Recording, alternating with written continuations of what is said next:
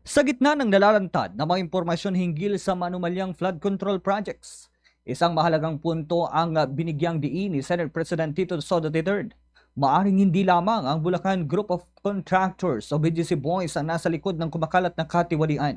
Kung totoo ito, mas malalim at mas mataas ang ugat ng problema.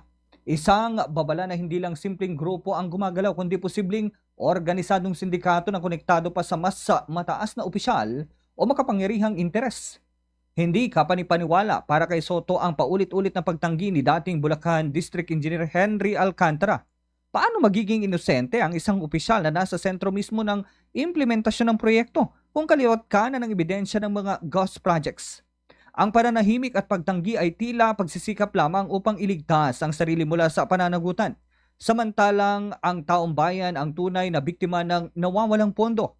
Mahalaga ring tandaan ang sinabi ni Soto. Lahat ng kasapi ng BGC Boys ay may pananagutan. Ang katiwalian ay hindi kailanman gawa lamang ng iisang tao.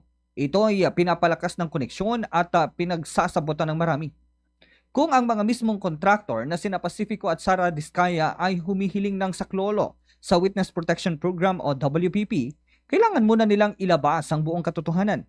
Hindi kalahati, hindi pira-piraso. Hindi dapat gawing kanlungan ang WPP ng mga sangkot sa katiwalian, kundi proteksyon lamang para sa mga tunay na handang magsiwalat laban sa mga malalaking taong dapat managot.